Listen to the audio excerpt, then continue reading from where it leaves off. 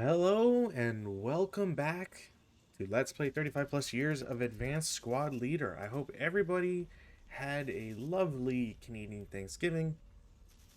If you don't celebrate, well, hopefully your day went well.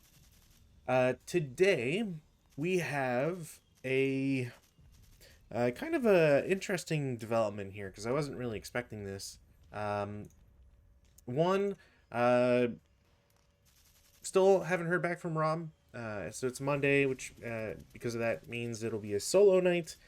So Rob, as always, I hope everything is going well with you and yours, and hope to see you soon.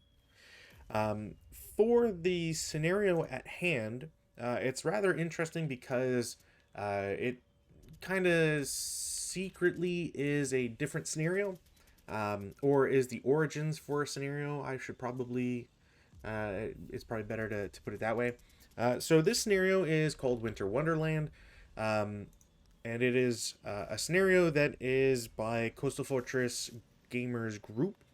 They had this allegedly, anyways, from my source. This is a scenario that comes from 2003. And was released online, or presumably was released online, um, and I don't know the provenance of this, unfortunately, because I don't know how it necessarily worked out. But essentially, this scenario was repackaged as a different one by Critical Hit. And why this is important to note is because Critical Hit has reprinted this scenario with minor changes to it 3 times. So there are 3 products that have been released, and don't necessarily reveal their true identity, and have yeah, the same. They're the same scenario essentially. There might be a couple differences with specific unit types or counts. Maybe a slight difference with setup zone, but the important part is that they are the same scenario, at least in at a grander scale, I guess we'll put it. So why is this important? Well, the first is because Critical Hit loves to reprint its stuff and it does not like to mention its reprints from time to time. And the reprints that exist are they're not really well documented because of those repeats, and the fact that the original repeats aren't really mentioned. So when you buy them, you can't really tell if they're duplicates until you buy both products, and then you're bamboozled already because you've spent your money. So why is this important? The most important part of it to me is that it was reprinted, or for some reason my thing says 2002, but it was printed in 2003 from Coastal Fortress. So one of the two is wrong, unless it was originally printed by Critical Hit, which would seem a little silly for that to be the case. Do I have a way to check? Critical Hit 6.4. When did that come out? 2002. And when did... Oh, well, Coastal Fortress was a group, so... Yeah. Well, maybe there's a date wrong, or maybe maybe it got printed twice. Either way, again, the important part is that it got printed 2002, 2003, and then more importantly, after 10 years of not being reprinted, it saw a reprint in 2012, and then a swift reprint in 2015. And well, the 2 products, one is called Fire and Ice, Finland at War 1939 to 1945, and the other is just called Betrayed by General Winter. So it doesn't really give you a hint as to if it's a reprint or not, which is the annoying thing. Anyways, griping beside, when it comes to Critical Hit, as I've done that frequently over the years, when we look at the scenario itself, a couple things to understand here. So the scenario is very restrictive on its setup, which is probably going to be a very bad thing. and makes you have to make some really difficult decisions, which are not particularly interesting or fun. So the first is that the scenario requires the Finnish player to set up between hex rows Z and B, Z and BB, which means you can only set up in one hex row, and that is AA. And you have to set up in a land hex, so you can't set up on the frozen water. So essentially, you can set up, AA5, AA4, AA3, and then everywhere else on this lower part, and that's it. The Russians can set up anywhere as long as it is north. North is pointing to the left right now. Let's get a counter just to reflect that. So north is to the left. As long as they are north of hex row CC. That's all they need to avoid. Which means they can set up as far up or down as they want. And in my case, I decided that we'll see if we can cheese this out and how silly this scenario is by going around and not having to really bother with the Finns whatsoever. The Finns kind of have not a major issue, but they do have to get through some woods.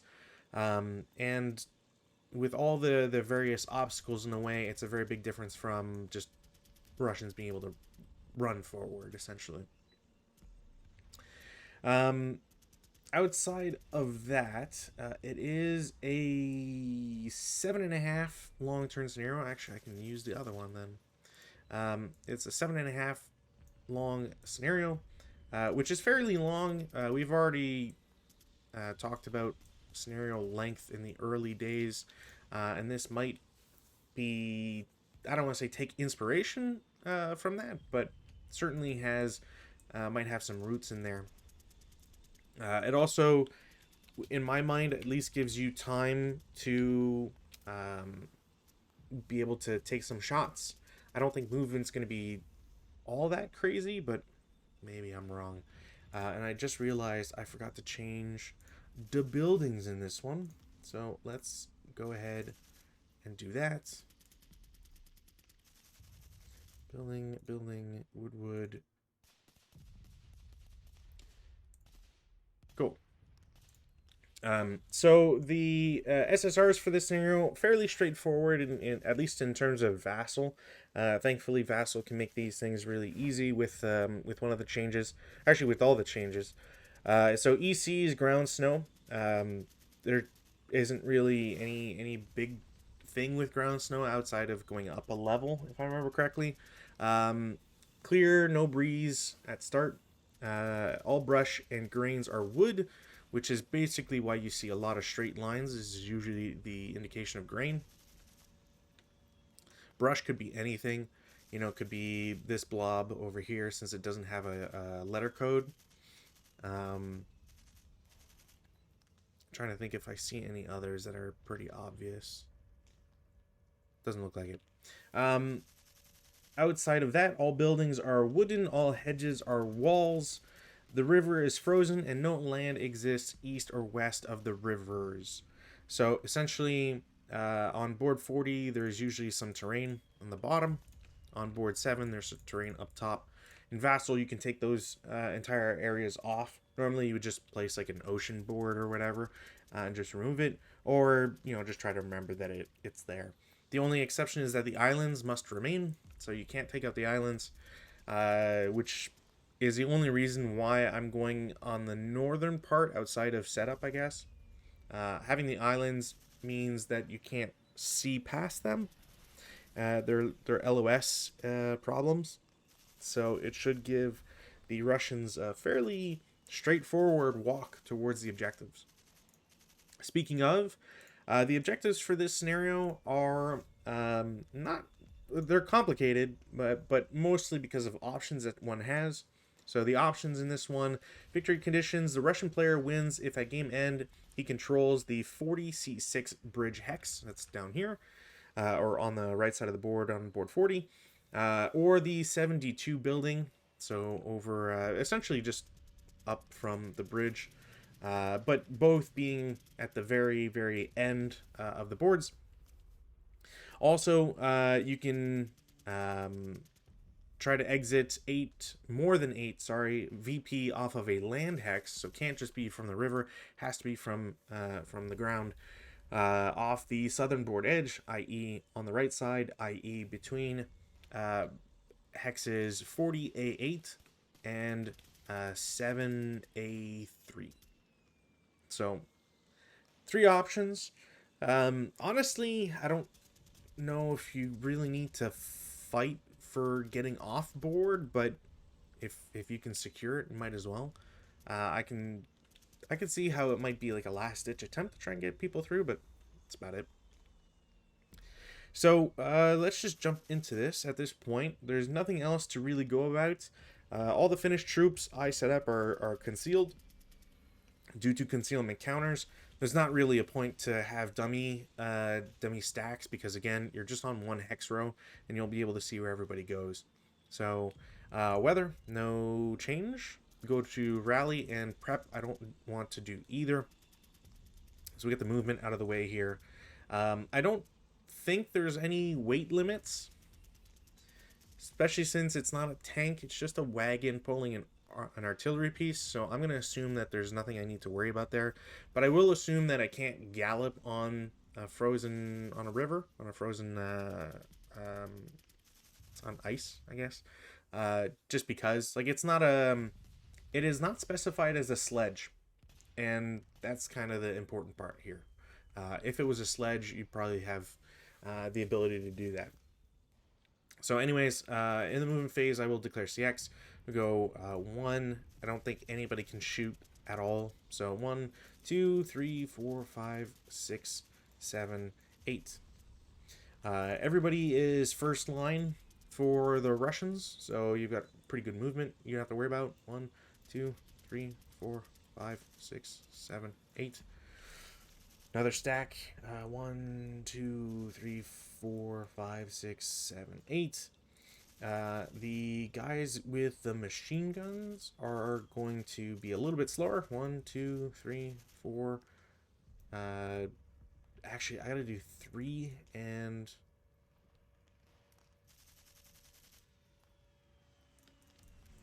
Yeah, you know what? They'll all have range, so I don't really need to worry about that. They'll go 4. The guy with the mortar is going to CX 1, 2, 3, 4, 5, 6. And then the wagon with the gun, I don't know if I can even do anything with it, to be honest. So it is towing something.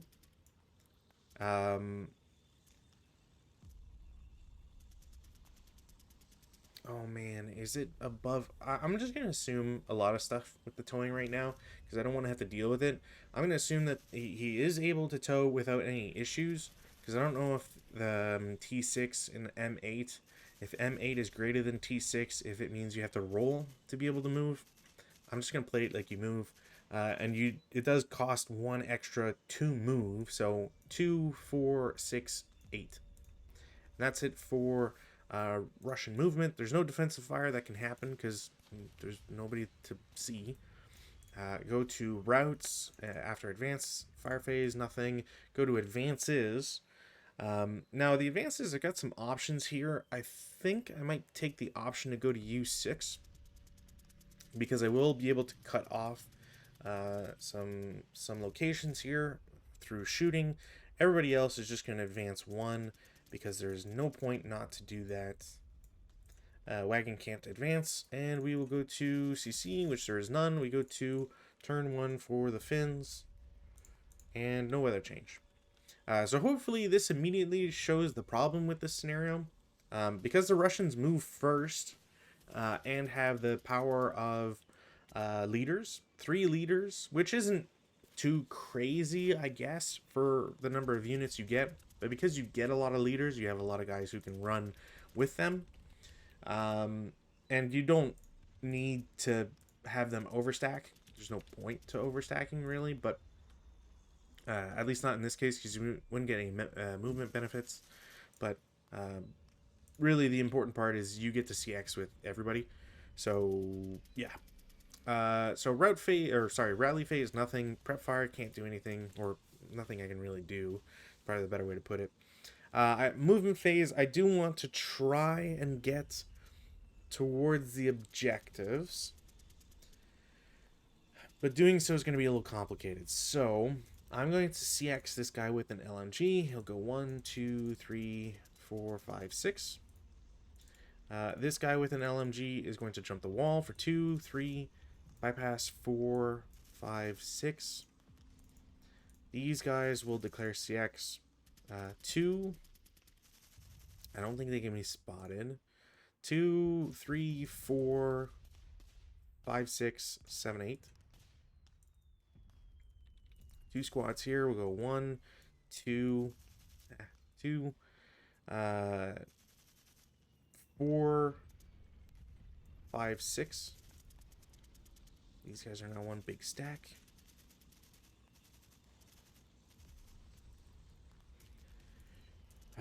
These 2 squads will declare CX. They will go 2. They'll get spotted. Can't do anything to really prevent that. 1, 2, 3, 4, 5, 6, 7, 8. They are just outside of double range.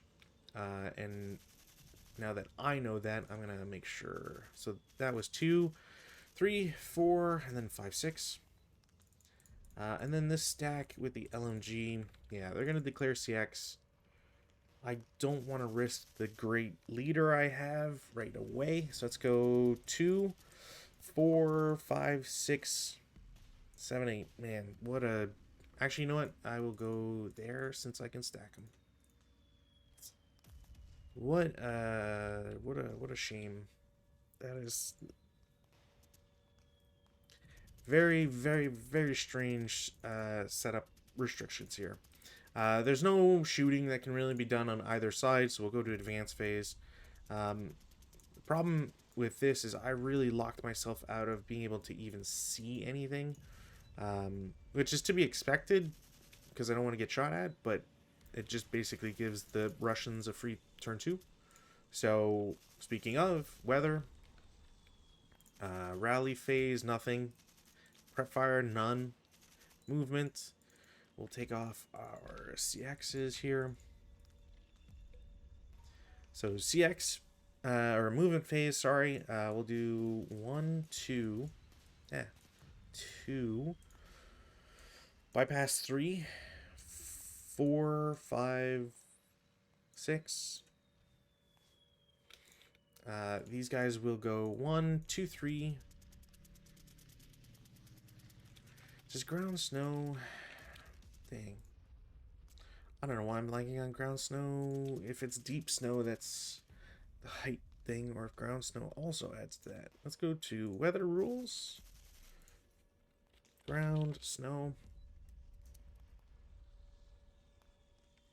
Fires, terrain, freeze all stream, plus 2 DRM. Per elevation change, with unless using, yeah, okay. So, so this is 1. This would get to 4, which I don't really care for that. So 2, 3, 4, 5, 6.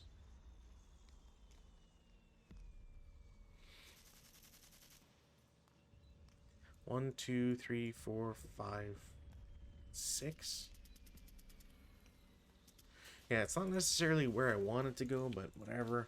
Alright, that guy did CX, I'm pretty sure. Guy with the mortar, 1, 2, 3, 4. Guys with the LMG are going to CX, so 1, 2, 3, 4, 5, 6. Why not? Guy with the MMG will go 3. And 1, 2, 3, 4. Come on.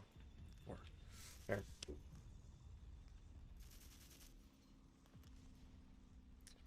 Yeah, this is not... No defensive fire.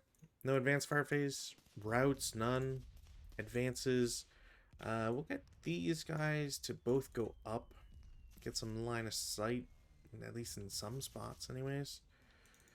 Speaking of, I think I'm going to have all these guys jump up 1. MMG. And yeah, these guys can keep progressing. Because if I CX them now, 1, 2, 3, 4, 5, 6, 7, 8. I'm one short, but I can get into this building. And that really is going to do a lot to prevent the Finns from being able to move up. That's it for turn 2. Let me double check here. Game end. Yeah, it's game end. Oh, but...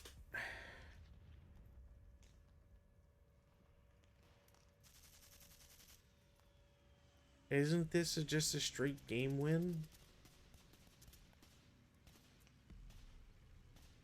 How do I prevent? Because I can just exit units, and I wasn't thinking of like I'm thinking about this now because I'm basically at the end.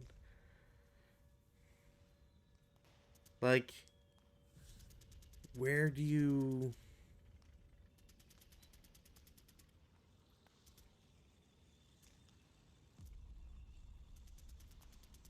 I hate this. I absolutely hate this. This is so stupid. This might be a fait accompli. I don't because how do the Finns? Let's see if I can steel man this here. So weather, Gus, which isn't gonna do anything. Yeah, that shouldn't do anything anyways. We go to rally. There's no rallies. Prep fire. There's no prep fire. Movement. Now movement is going to be interesting. Let's do the none too crazy ones here.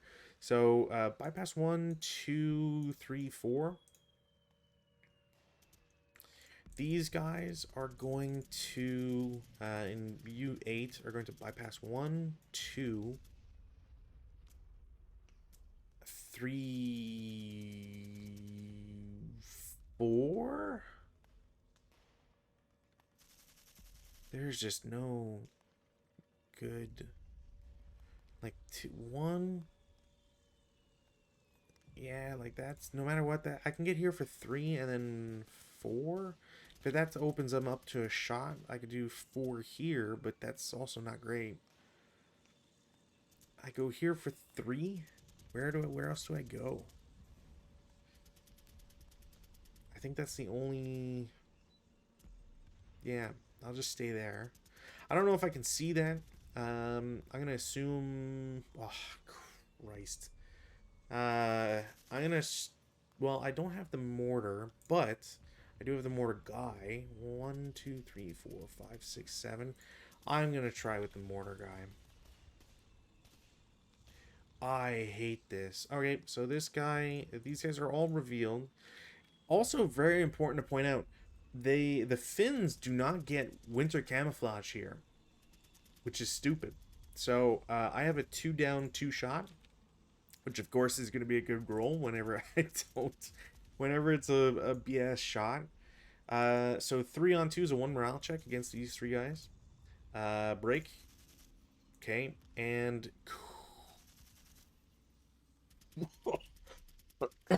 all right. So the first guy breaks. The last guy half squads and breaks. I have this there. He's broken, and then the other guy rolls an 8, which he's going to battle harden, which I don't think he can do. So he goes fanatic. Then because I rolled, okay, I didn't roll a sniper at least, I guess. Ridiculous. And excuse me. And to add insult to injury, there'll be 1 residual. Now, I am going to need a leader to help out those broken guys now. So these guys will lose CX. And I might as well do 2, 4, 5. Does the mortar guy spot them? Of course he does. What's the distance? 1, 2, 3, 4, 5, 6, 7, 8. I'm an idiot. Alright, well, CX guys will shoot. It is 6 down 1. It's a 7 on 6, which is a normal? Normal morale check. Leader's fine. Squad's fine. Other guys, also fanatic. Doesn't trigger snipe. Okay, so I gave 2 fanatics, which I guess long term isn't the worst thing possible. 6, so there's 2 residual. Now these guys have shot, but that doesn't really help me out. Those guys, the last Finns are CX'd, which doesn't help me at all. Because at most I can get 2, 4, 5, 6. 2, 4, bypass 6. 6. I can go here for 6. But again, it doesn't help me out at all, like in the slightest. Defensive fire phase, none. I already shot. Oh, there's no point. Ah, man. I don't know why I'm all coughing right now. My apologies. Yeah, advanced fire phase, none. Routes. Take off residual. Routes, I'm gonna have yeah, there's only broken guys here, so they will route into the woods to Q9. Take off the defensive. That's it for routes. Advances. The fanatics will join them. The 8-0 is going to join them. The 648s will go jump the wall. These guys will go through the opening. These guys will go to R7. I don't know if they're even allowed to do that, or can they be spotted. They are fine. And then that's their movement. No CC, we go to turn 3. So, turn 3. Weather. No change. Rallies. There are 2 rallies for the Finns. The first one doesn't make it. The other is a 9. No, they will also not succeed. So both those guys stay broken. Now, no prep fire, because I can't see them. Movement phase. So in the movement phase, I will declare CX with N3 in the stack. 1, 2, 3, 4, 5, 6, 7, 8. The 9-1 stack, declare CX. 1, 2, 3, 4, 5, 6, 7, 8. Other stack. CX 1, 2, 3, 4, 5, 6, 7, 8.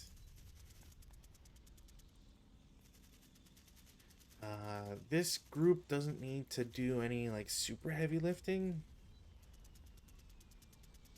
So I could do 1, 2. Yeah, that's true. They'll be able to see them. 1, 2, 3, 4, 5, 6, 7, 8. Yeah, no. Okay, well, I can. It doesn't really matter. 1, 2, 3, 4. 1, 2, 3, and 1, 2, 3, 4. Cool. That's movement. But hopefully, the viewers, at home or otherwise, can kind of spot the problem here, which is if you have 3 stacks of units that can freely move, then what do you care about anything? I can't prevent them from moving. And even if, like, let's be generous and say, like, okay, well, how do you... Actually, there's no way to prevent this. It's impossible. Even without CX, they all get off next turn. So, yeah, we'll do thought next. I'll just mark this as finished turn. But, so even with well, maybe not max movement. Okay, so I'm gonna try and see if I can get positioning here, because this is the only way this works. So turn 3, Finns, rally, nothing happens, or weather, I should say, nothing happens. Rallies, I miss both because that's yep.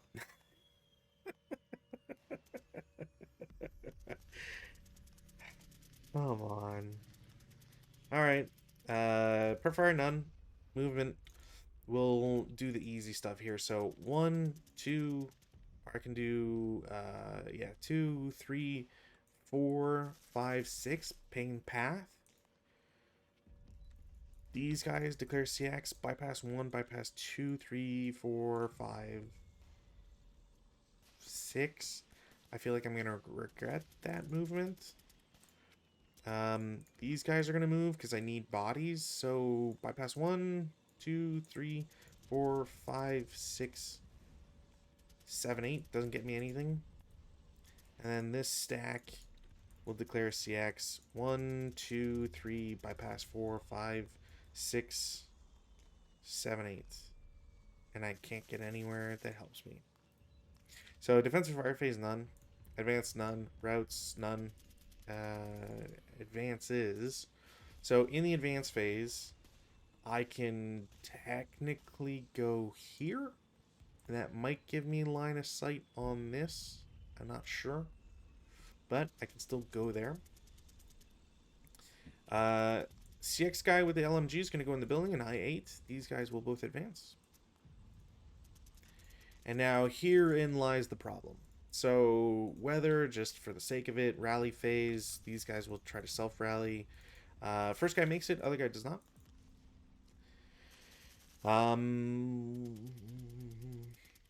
Yeah, prep fire, none, movement. So problem with movement here for the Ruskies, or I guess technically more the Finns, being able to do anything. I would have been able to assemble this mortar, but I don't really care about it. So here's the problem. So I can't declare CX on any of these three guys, right? But they all have leaders, so they have 6 movement. So I can technically do stack an E4 goes up to D3 for 3. I sincerely doubt that I have line of sight from J1 to D3. I could probably I'm gonna string it, but I'm not gonna declare this as a shot. I just as a thought experiment here. I really don't think that they'll have it. I think it'll clip the corner. Yeah. So it clips the corner, which is what I thought, hence why I didn't want to do it. But so they get up for 3, and then 4. This guy can't spot him. 5 into B2. This guy still can't spot him. And then I could technically throw them into A2. Now, the CX guy does get to see them now.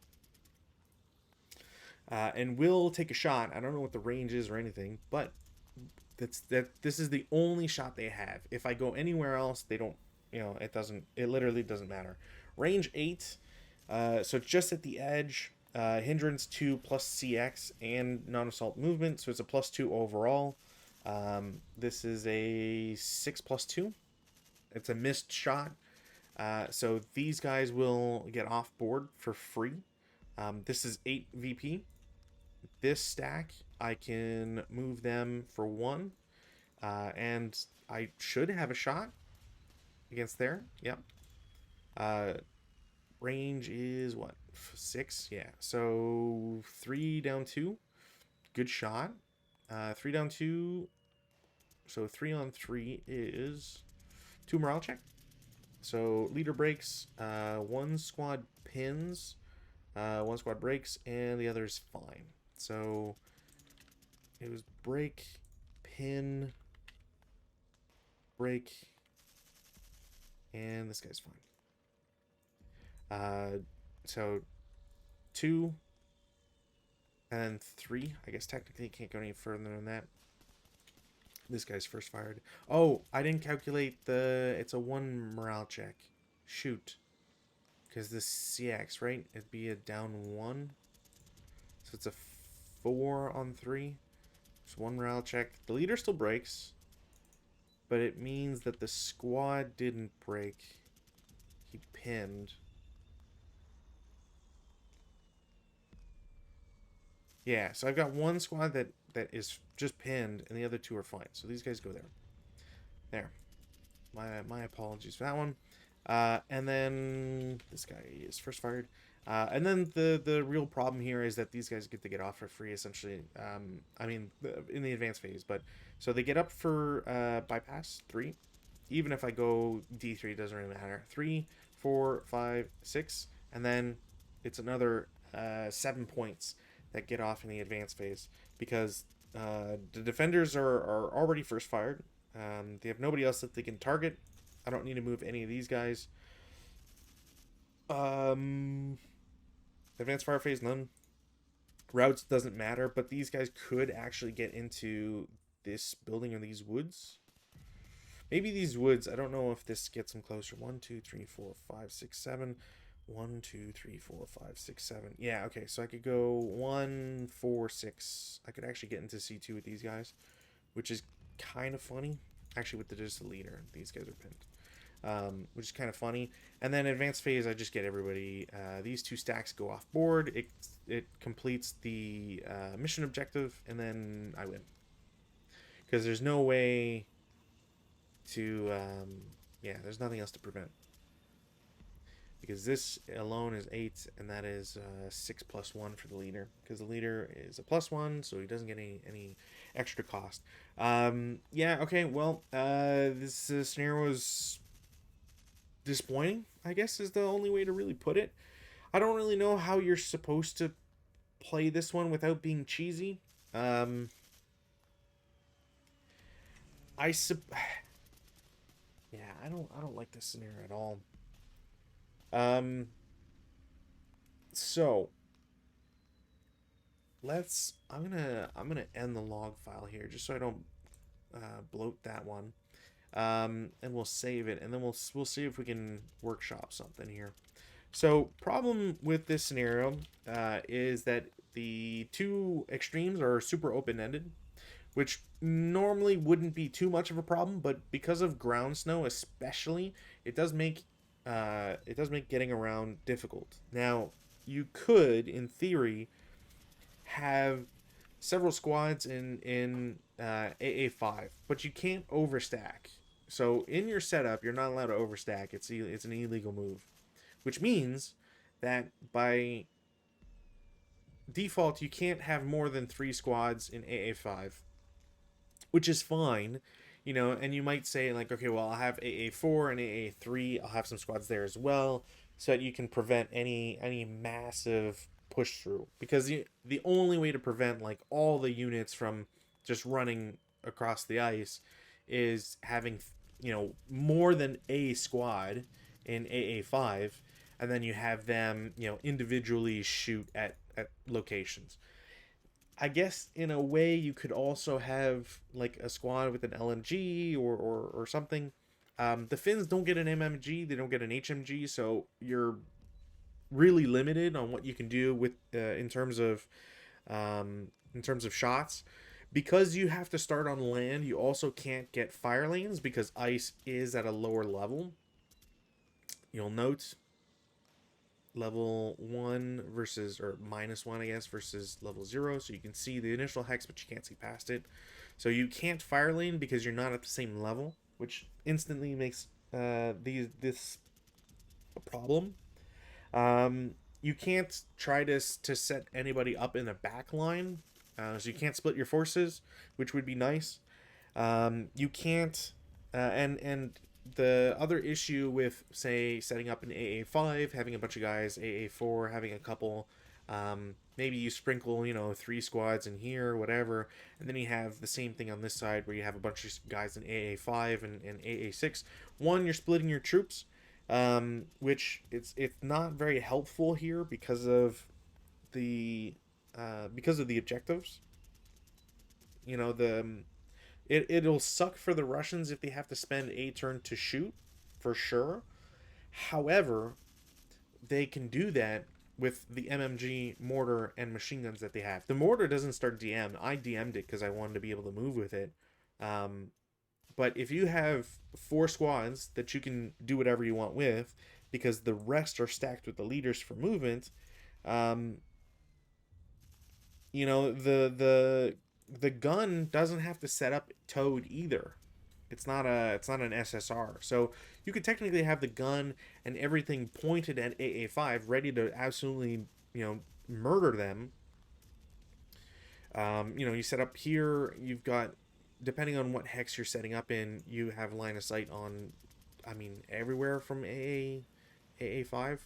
Um, except like some really odd angles apparently. Oh, you know what? It's because it still recognizes some of the buildings. But if you're calculating to level 0 or level -1, like you should be able to see everywhere here, right?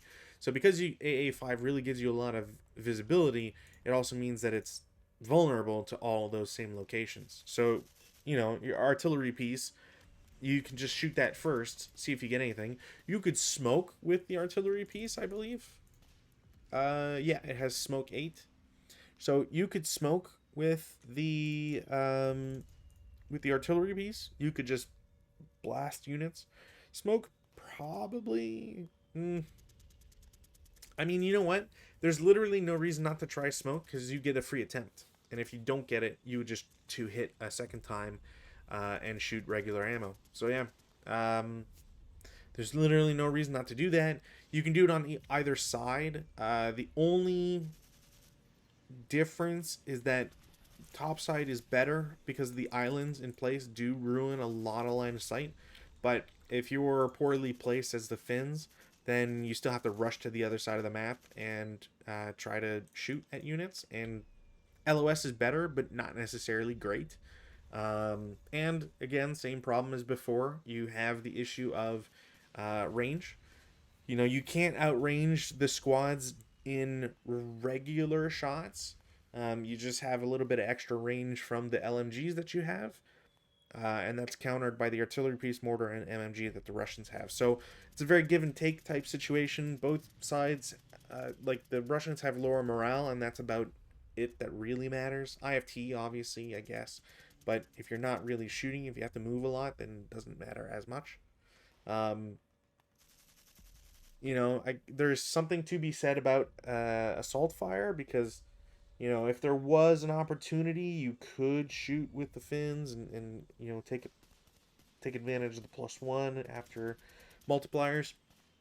But ultimately, I don't think this is. This is just a very crap scenario that I'm very glad I didn't have to play with Rob or with Rutan because I'm after the last scenario, this one feels very much like the same problem of the setup is silly and too limited and forces the Finn side to make a very poor decision, or very tough decision, I should say, not poor decision because no matter what it's gonna be bad, but you have to make a very poor decision in terms of your setup because there's no good setup. You either abandon a side, and because the Finns set up first, you're never going to have that security, I guess we'll call it, with being able to block either side. Um, yeah, it is very disappointing. And apparently it's never been recorded on Roar, so it's been given some number for no reason. Um, PK-5.1, anyways, has never been recorded on Roar. So if you check the ASL archive, it has the wrong data on it. It's got time on target scenario. Apparently, there's a time on target scenario with that name on. So yeah. Anyways, this is a bummer of a scenario. I'm glad that I got rid of it, especially since it is going to count for 4 scenarios. Because again, it is a critical hit scenario. It is critical hit scenario number 150. It is scenario number 4 in Betrayed by General Winter, and it is scenario 4 in Fire and Ice. Which is that even the name that I have in the other one? Yes, Fire and Ice. So yeah, I can scratch 4 scenarios off my list, which is for the best. If you check the scenario archive, actually, you know what? Since I have the time for it, I will look at scenario 150 from Critical Hit and give people a rundown as to what exists here. Technically, I think I have 3 versions of this, so let's see if I can pull up the 3rd one as well. And that way it'll give people an idea as to what the heck is going on here. why it's an issue, why supporting critical hit is a Pandora's box of issues. So I don't believe I have Betrayed by General Winter. I have Fire and Ice, and I have Scenario 150. So in this, let's see if I can find it here. Payari's Pride. Cool. Okay, so in Coastal Fortress, the one that is seen right now and played, it is 9 squads finish, all 648s, a 10-1 leaders, an 8-0 leader, 3 LMGs, and 6 concealment. They are finding themselves versus 13 447 squads for the Russians, a 228 crew, sorry, a 9-1 leader, a 7-0, and a 6+1. They have an MMG, 2 LMGs, a mortar, an artillery piece, and a fagon. In scenario 150, which I guess for all intents and purposes is the one that was released before Fire and Ice and Betrayed by General Winter, the scenario saw a minor modification. The Finns replaced 2 of their first line squads for 2 green 538 squads. That's it. That's their only modification. They still set up on a non-river hex. The only difference in setup is that they can set up on hex rows Z and BB, not between, which is very important. It gets them 1 extra hex, I guess, either way, which not the end of the world. It's better in terms of trying to go past, because you don't have to go around these woods hexes, but not great. The Russians, on the other hand, have no modification whatsoever. They still have 13 squads, 228, a 9-1, 8-0. Wait, was it a 7-0 that they had? Yes, so they get an 8-0 instead of a 7-0. Okay, not sure why. More artillery piece wagon. Yeah, everything else stays the same. Victory condition is still control the bridge hex, although instead of calling it the bridge hex, they just say 40C6. Don't know why. They also say 7D2 rather than the building in 7D2, whatever. Or immediately upon exiting 7 or more VP along the southern edge. That's very important, because even a 6-1 squad, 6-1 leader and 3 squads would fulfill that, and it's immediately not at a game end, although neither matter. That distinction doesn't matter. There's no difference in SSR as far as I can tell, outside of the gun can't control the wagon or crew can't gain control of the bridge or victory building in Winter Wonderland in PK-5.1, the one I played, but in Payari's Pride, or Pajari's Pride, pretty sure it's Payari's Pride. Anyways, there's no mention of the wagon or artillery piece. In Fire and Ice, in Payari's Pride, scenario number 4, it is they got an ELR increase. Did they? Wait, did they get an ELR increase from the? Nope. Okay, ELR still 4. SAN is 3. LMGs. No change to anything on the Finnish side. The Russians have no change whatsoever, outside of, instead of an artillery piece, it's an infantry gun. Don't know why that's a difference. That actually, does that make that better? Rate of fire. Wait, so the critical hit gave him a different artillery gun, and it bops their rate of fire by 1. It increases it to 2 instead of the 1 that is original.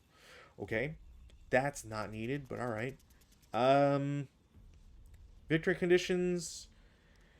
Oh, critical hit loves to resell boards and rename boards. So W3 and W2. I really need to tell critical hit to F off with that shit. It's really stupid and I hate it, and they're dumb. Russians win at game end if they control the building or the bridge. I don't have the boards. I'd have to go to a different program entirely, but I'm going to assume it's the bridge or the building.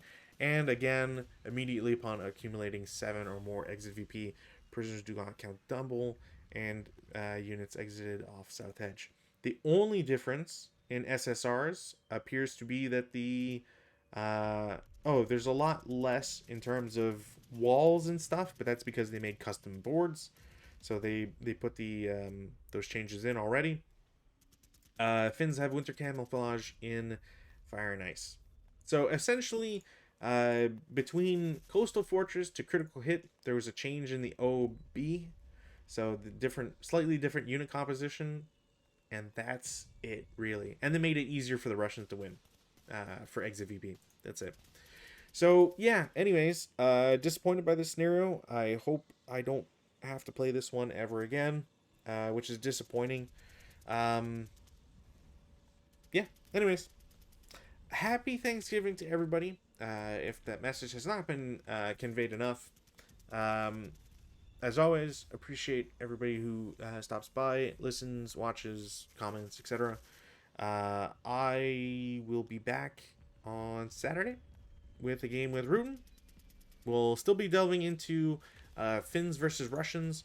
Hopefully, the scenario that we picked, even though it is critical hit, will not be as much a stinker as this one or the one played this past Saturday. So, until then, I look forward to it, and I hope you do too as well. Bye.